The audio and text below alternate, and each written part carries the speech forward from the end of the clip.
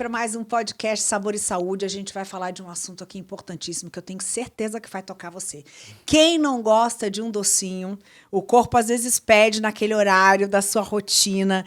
E a gente vai ter uma conversa aqui com uma pessoa que está ressignificando o nosso paladar para o doce, né? Que você sabe que toda semana surge um doce novo, viraliza, vira febre, todo mundo gosta. Mas como a gente pode manter esse hábito de comer um docinho gostoso, mas sem prejudicar a saúde, né? Será que eles conseguem ser tão gostosos como os tradicionais se eles tiverem menos açúcar? Porque a gente está descobrindo que o açúcar, na verdade, é um vilão da história, né? Ele traz malefícios para o nosso corpo, apesar de trazer aquele prazer momentâneo.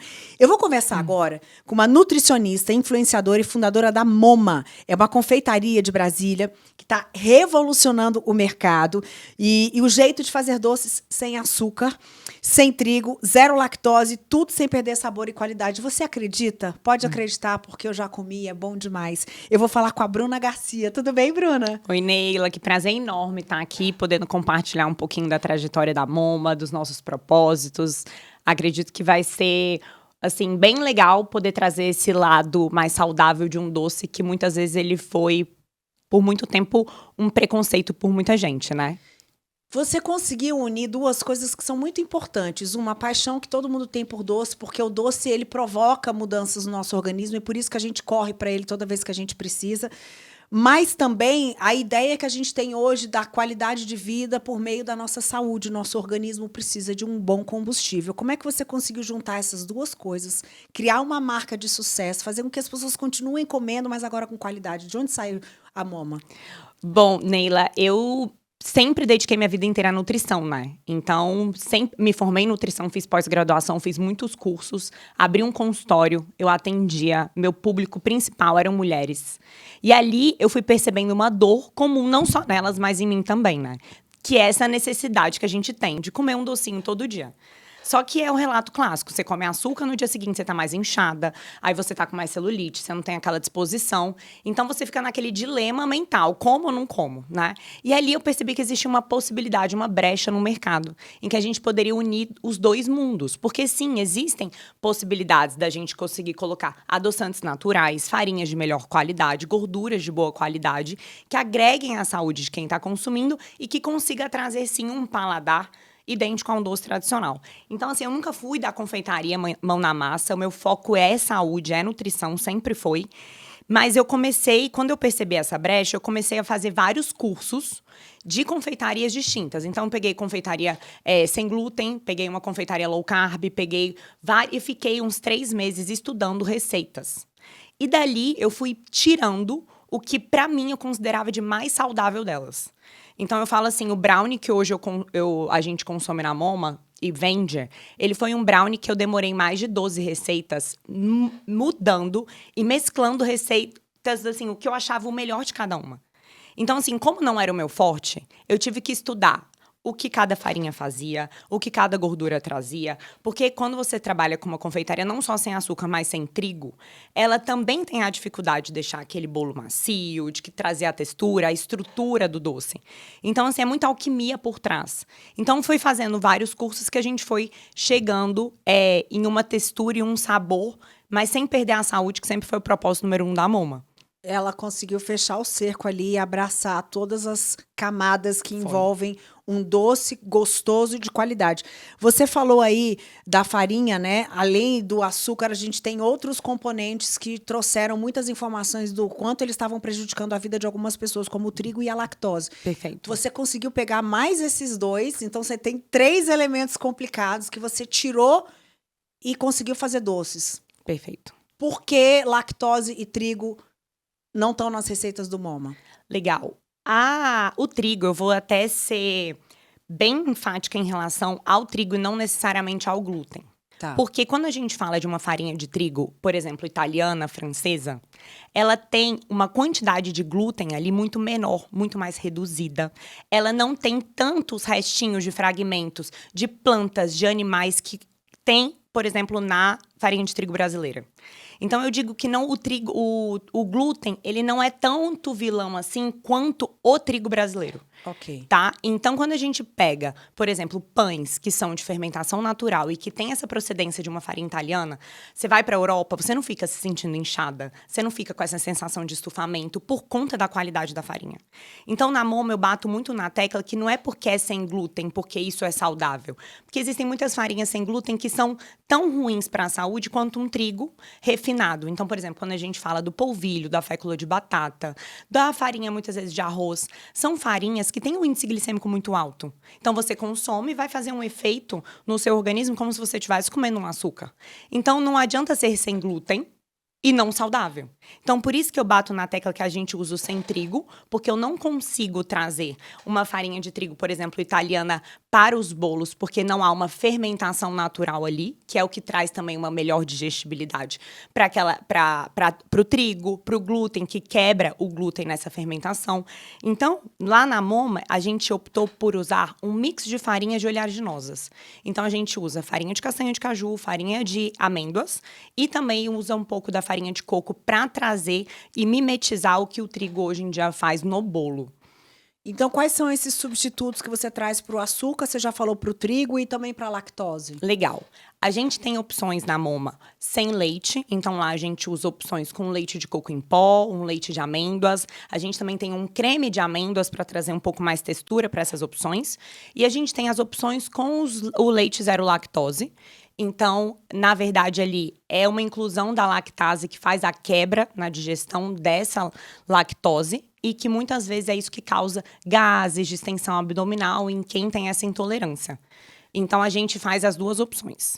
Você, depois de toda essa pesquisa, conseguiu chegar a um resultado de doces que são saborosos. Perfeito. Muita gente acha que se não tem esses 3 elementos, não presta, não tem gosto. Como foi chegar no sabor a partir de tudo isso que você está falando? Esses ingredientes por si só, eles têm um sabor bem legal, né? Então, assim, é por muito teste. E hoje em dia, eu tenho uma sócia, que a minha sócia, ela é formada na Le Cordon Bleu e também fez especialização em gastronomia funcional. Então, hoje, a minha maior dificuldade, que era no desenvolvimento de receitas, eu não tô mais à frente. Então, hoje, o que eu faço é essa curadoria de ingredientes, o que eu faço é essa seleção toda de tabela nutricional. Isso pode, isso não pode, e aí hoje a alquimia tá toda na mão dela. Então, hoje a gente se completa nesse quesito e a Raíssa, ela é excepcional no desenvolvimento das nossas receitas. Então, você fechou o cerco, Fechei. né? Você ficou com a pesquisa ali com a parte nutricional, pegou uma chefe que poderia transmitir para os produtos aquilo que você queria. E claro que eu acho que você deve ter montado uma equipe, você falou sobre gestão, empreendedorismo, publicidade, porque você tem uma marca que já está consolidada, né? Tem quanto tempo que a empresa já existe? Ela tem 3 anos e meio só, a gente vai fazer 4 anos agora em outubro. Mas a gente realmente deu uma alavancada nos últimos 2 anos, sabe? Até então, os 2 primeiros anos foram de mais plantio, de mais estudo, em que eu estava praticamente sozinha, eu que fazia os doces. Eu tinha, óbvio, 1 ou 2 funcionários no início, hoje a Moma conta com quase 50 funcionários. Nossa. Eu também tenho uma outra sócia que entrou na parte para fazer toda a parte de logística. Então, hoje a gente é muito bem dividida ali. Sabe? Por isso que eu acho que facilita também o nosso crescimento. A gente tem setores muito bem definidos com lideranças muito capacitadas. E aí isso faz com que a gente consiga tracionar e evoluir a empresa com mais facilidade. Queria que você trouxesse para a gente um termômetro das pessoas que estão consumindo esse tipo de doce, né? Porque muita gente pode achar que quem começou a comer isso eram pessoas que tinham restrição a açúcar ou diabéticos e tal. Ah, mas é a galera fitness que gosta. Se faz bem para essas pessoas, por que não faria para todas as outras pessoas? Todo mundo já tem esse entendimento. O seu público está variando. Como é que é isso? Muito. Ele é muito engraçado. O que começou na Moma hoje é um público completamente diferente do atual. Eu acho que, principalmente por conta da pandemia, muitas pessoas tiveram essa noção. E hoje também nas redes sociais se coloca muito um posicionamento nutricional, o lifestyle, o modelo de wellness está muito em alta. Lá fora hoje se fala muito do healthiness também. Então é uma tendência que está sendo alavancada. Grandes marcas hoje estão se adaptando ao mercado saudável, trazendo opções sem açúcar, proteicas e tudo mais. Então eu percebo que é uma tendência a nível global. Então, a gente conseguiu meio que um pouco antes já entrar nessa maré. Então, hoje, o público da Moma, eu tenho idosos, eu tenho crianças, eu tenho famílias, eu tenho mulheres, eu tenho homens. Quando fala assim, Bruna, como que hoje... Antes era muito mulher de 35 anos que tinha essa consciência, que queria um corpo mais legal, ou então que a pessoa que não podia realmente comer, que sentia ali uma possibilidade de inclusão na vida dela que antes não tinha. Mas hoje são pessoas do dia a dia. Todo público que você pensar, ele é da Moma, ainda mais porque a gente conseguiu trazer esse paladar. Se fosse algo ruim, aí eu entendo, é aquela pessoa... Mas o paladar, você pega hoje o nosso gelato, que é um dos nossos carro-chefes. Assim, meu marido, que é chefe de cozinha, que ama coisas só com muita gordura, sal, açúcar, manteiga, ele fala assim, Bruna, pra mim o seu gelato, ele é o melhor de Brasília. Sério? Olha então, que coisa boa. Vocês estão com quantos itens? De cardápio, o nosso cardápio ele é um pouco extenso. Eu acho que a gente tem, assim, mais de... Eu não sei te falar exatamente, mas eu acho que a gente tem uns mais de 40 itens ali no cardápio. Daqui a pouco eu vou mostrar uns aqui pra vocês. Quem estiver só ouvindo e não estiver assistindo vai ficar com água na boca do mesmo jeito. A gente está falando aqui que a informação do que é bom, do que faz bem para a saúde, hoje já tem um domínio público maior, porque antigamente esse era um assunto muito restrito a quem era cuidador da saúde ou atleta e tal. Você percebe essa mudança de conceito do que a alimentação pode fazer, trazer de benefício para a saúde na boca de todo mundo? Todo mundo sabe hoje que o açúcar não é muito legal, tem gente que fala da lactose, tem gente que fala do trigo. Você consegue perceber isso? Essa mudança de pensamento com relação ao que a gente come? Muito. Eu percebo, inclusive, nos clientes, no tipo de perguntas que são feitas aos atendentes. Olha só. Né? É uma conscientização muito maior e por isso que hoje existe um treinamento na Moma, principalmente quando eu abri a unidade da Asa Sul, eu dei uma aula para eles de nutrição, de índice glicêmico, de absorção de carboidrato, do que é. Eu tenho scripts de perguntas que os clientes, eles têm o direito de fazer e os meus atendentes, eles são obrigados a saber. Porque ali a gente vende saúde e não é doce. Então, eu não posso ali só falar que ele é um sem açúcar, sem lactose, sem trigo. Eu preciso explicar para o cliente o porquê que aquilo ali realmente são ingredientes que são saudáveis. Então, e eles hoje têm esse poder de mais conhecimento. Então, eles perguntam, as perguntas, elas são mais profundas. Então, eu vejo... São formadores de conhecimento. Muito, muito. Porque o conhecimento, ele tá mais disponível, né? Tanto para as coisas boas quanto para as ruins. Mas, assim, a gente tem que se apegar no que é bom. Então, hoje as pessoas estão com uma consciência e um nível de sabedoria em relação à nutrição muito mais alto. Então, vamos falar do geral aqui. Como é que você assistiu essa febre daquele doce lá do amor, que pegou em tudo que é lugar e não se falava em outra coisa nessa vida do que aquele tal daquele morango? Foi. Neila, foi uma loucura, vou te falar. Porque eu acordei com 1 trilhão de mensagens falando, Bruna, você precisa fazer morango do amor, você precisa fazer morango do amor, porque todo mundo quer morango do amor, cadê o morango do amor da Moma? E aí eu me reuni com as minhas sócias, e assim, era mensagem o dia inteiro, direct, Instagram, pedindo, WhatsApp. E aí a gente falou assim, ok, como podemos fazer um morango do amor saudável? Que tenha uma casquinha crocante, que tenha uma cor legal, que se assemelha, porque esse é o nosso princípio. Aí a gente começou a pesquisar, falamos com fornecedores de possibilidades. Chegamos à conclusão de que para fazer aquela casquinha crocante, sem açúcar, teria que usar o isomalte. Era o único adoçante que traria a crocância. E aí, compramos o isomalte e estudei o isomalte. O que acontece com o isomalte? Ele é um poliol, ele é um adoçante que tem uma alta capacidade de fermentação no intestino. Fizemos o morango do amor, gente, foi gases para tudo quanto é lado de quem provou. Ou seja, primeira coisa que a gente jamais iria poder colocar como algo saudável era algo colocando como isomalte. Porque ele fermenta, ele não tolera bem no intestino. E se a gente vem de saúde, eu jamais poderia colocar dentro do morango do amor algo que não é saudável. Você foi pro conceito da empresa. 100%, 100%. E o outro problema foi a questão do corante. O morango do amor, ele é vermelhinho. Então, assim, a gente tentou com o extrato da beterraba, tentamos com o extrato de hibisco. Ele ficava, às vezes, um rosinha, ficava uma coisa meio insossa. E aí, com esses testes, a gente se reuniu e falou assim, gente, não vamos abrir mão do nosso maior propósito, que é saúde. Então, assim, a gente não ia botar um corante artificial ali para entrar. Acabou que, no final das contas, fiz um post no Instagram explicando tudo isso. Falei, gente, não vai ter morango do amor da Moma. Olha quanta situação por causa do tal do morango. Foi assim, porque assim, realmente a galera ficava enlouquecida. E aí a gente se posicionou, a Moma não vai ter morango do amor, porque a gente não vai abrir mão de preceitos nossos pra se encaixar numa trend. Poderia ter faturado igual uma Páscoa? Poderia. Mas não é sobre o dinheiro daquilo ali. É sobre um que pra gente é inegociável, que é o valor da saúde. Aí passou essa história, ninguém aguenta mais falar do tal do morango e a Moma tá lá firme e forte falando do que ela acredita. Perfeito. A gente falando, então, dessa onda saudável que dá para incluir sorvetes também. A gente estava falando aqui que seu sorvete é maravilhoso. O chefe de cozinha falou que é o melhor de Brasília. O que significa isso na prática? Que elementos você pode colocar dentro desse sorvete que permite que ele seja saudável, que ele seja proteico, talvez? Não sei se tem uma proteína aí que traga sabor, que traga tudo isso, mas não abra mão da saúde. Como é que são os seus sorvetes? Neila, o sorvete pra mim, eu vou te falar, sempre foi a minha paixão como um doce, né? Então, por mais que eu tivesse a Moma antes, se eu fosse comer açúcar, eu comeria o sorvete. Então, a gente, com a inauguração da última loja no final do ano passado, a gente passou uns 6 meses com um consultor estudando a possibilidade de fazer um sorvete saudável, que seria um sorvete sem açúcar, sem lactose, sem trigo e com ingredientes que também agregassem. Porque um gelato hoje tem muito aditivo químico, tem muita gordura hidrogenada. Não o gelato, o sorvete em si, né? Muitos pozinhos para trazer textura e tudo mais. Então a gente ficou muito tempo para desenvolver o nosso gelato. Tanto é que o consultor ele fala assim, Bruna, você vai ter que me pagar um transplante capilar. De tanto cabelo que caiu nessa história da gente construir esse gelato da Moma. Porque tudo que ele falava, Bruna, isso aqui. Eu falo, gente, isso não dá.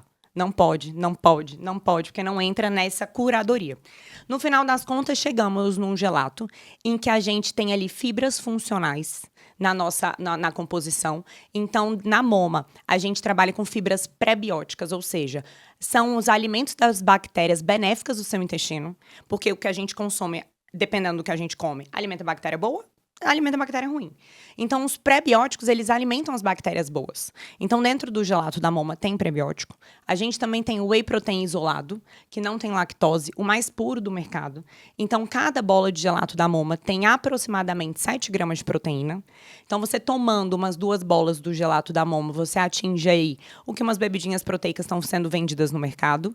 E o nosso gelato, ele tem em torno de, sei lá, quase 50% menos caloria do que um gelato tradicional.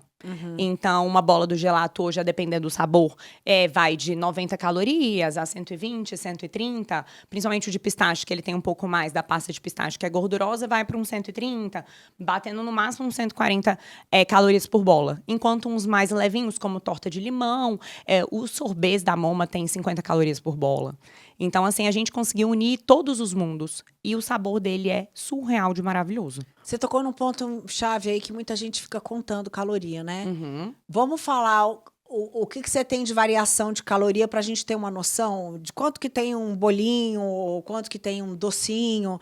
Você tem doce de morango, que não é do amor, mas que também sai muito, né? Você tem sorvete. Fala dessa variação de calorias para a gente ter uma noção. Neila, esse é um ponto legal, porque assim, a caloria ela não pode ser o preceito de tudo, né? Porque você pega um adoçante que ele é 0 caloria, um aspartame, um sinclamato, uma sacarina, só que acaba com a sua desbiose, ele altera, ele dá algumas toxicidades neurais, ele tem precedência de aumentar algumas mutações genéticas que podem proliferar um câncer. Então, assim, não é porque é só sem caloria que ele é bom. A gente vai falar de uma Coca Zero cheia de toxina e que vai te gerar um efeito muito pior, que muitas vezes você vai tomar, sei lá, qualquer outra bebida que vai ter mais caloria, um smoothie, só que enfim, são efeitos no organismo que vão depender do ingrediente que tem ali.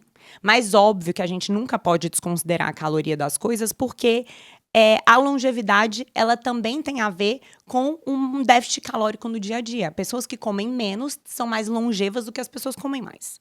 Então, na Moma, eu preparei porções que sejam ali, que tenham, em média, essas 100 calorias. Então, o nosso bombom de morango, ele tem 106 calorias, o bombom de uva tem 115, os nossos minis tem 110. Então, assim, o brownie tem 120, cento e pouquinhos, 120, 130. A ideia é que a gente tenha porções de 100 calorias ali para que você consiga incluir facilmente no seu dia a dia.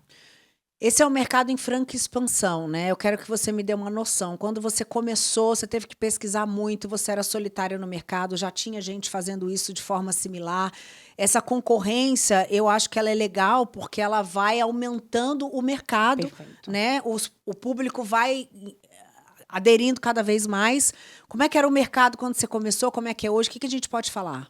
No início, já existiam muitas não, eu vou falar assim, umas 3, 4 confeitarias dessas em São Paulo. Em Brasília, praticamente não tinha dessas opções. Então, eu me inspirei muito nas confeitarias, não só de São Paulo, mas em marcas a nível nacional. Sabe? Porque hoje a inspiração do nosso posicionamento da Moma, ele não é na confeitaria, ele é no lifestyle, ele é no wellness. Então, quando eu penso assim, tanto na nossa colocação de inserir Moma, ela não é só no doce, ela é num conceito. A gente tem Moma estilo de vida, no estilo né? de vida. O Moma, ela é para estar na sua rotina. Então, assim, lá eu vi que São Paulo, as confeitarias pioneiras, elas focavam muito nisso. Que é sem açúcar, sem lactose, sem trigo, é um doce. Aí eu fui e me inspirei no que hoje em dia lá fora é tendência para criar o lifestyle da Moma. Tanto é que hoje em dia eu criei o conceito Moma-se. Que é da mesma forma, por exemplo, não tem Noronha, assim. Que quando você vai pra Noronha, não é aquela coisa... Você imagina a Bruna Marquezine na piscina, não é? Tipo aquela coisa bem... E o Moma-se é esse lifestyle de leveza, de equilíbrio, de tranquilidade. Então, é uma tendência que eu quero que a gente amplie essa conscientização de um lifestyle por completo. E não só no doce, sabe? Então, virou uma marca de lifestyle muito mais do que uma confeitaria em si. Então vamos fazer o caminho inverso agora, tá? Quem tá indo lá na Moma ou quem tá conhecendo a Moma pela primeira vez e tá indo por causa do doce, por causa da confeitaria, que mundo é esse que você como nutricionista já vive e o seu público vive, que você gostaria de apresentar como se alguém estivesse chegando no seu consultório, que ele vai para além do que você come. Mas assim, eu queria que você falasse sobre a importância do que a gente come, como isso reverbera dentro do nosso organismo e quais outras atividades da vida que complementam a alimentação, como atividade física, sol, seja lá o que for. O que é momar-se? O Moma-se. Ô, Neila, a gente tem que saber que, assim, o nosso corpo, ele tá em constante estresse oxidativo. Porque o que mais gera radical livre no nosso organismo é a respiração. Ou seja, isso é inevitável. Tanto é que você pode fazer o que for, de ter o maior lifestyle do mundo, você vai envelhecer. Porque isso é da natureza do corpo humano. Então, a gente tem duas opções. Estimular cada vez mais esse estresse oxidativo, piorar ele com o que você consome. Então, ali você pode estar se entupindo de açúcar, farinhas refinadas, toxinas, alimentos industrializados, corantes, aditivos. E aí, esse estresse oxidativo ele é mais acentuado.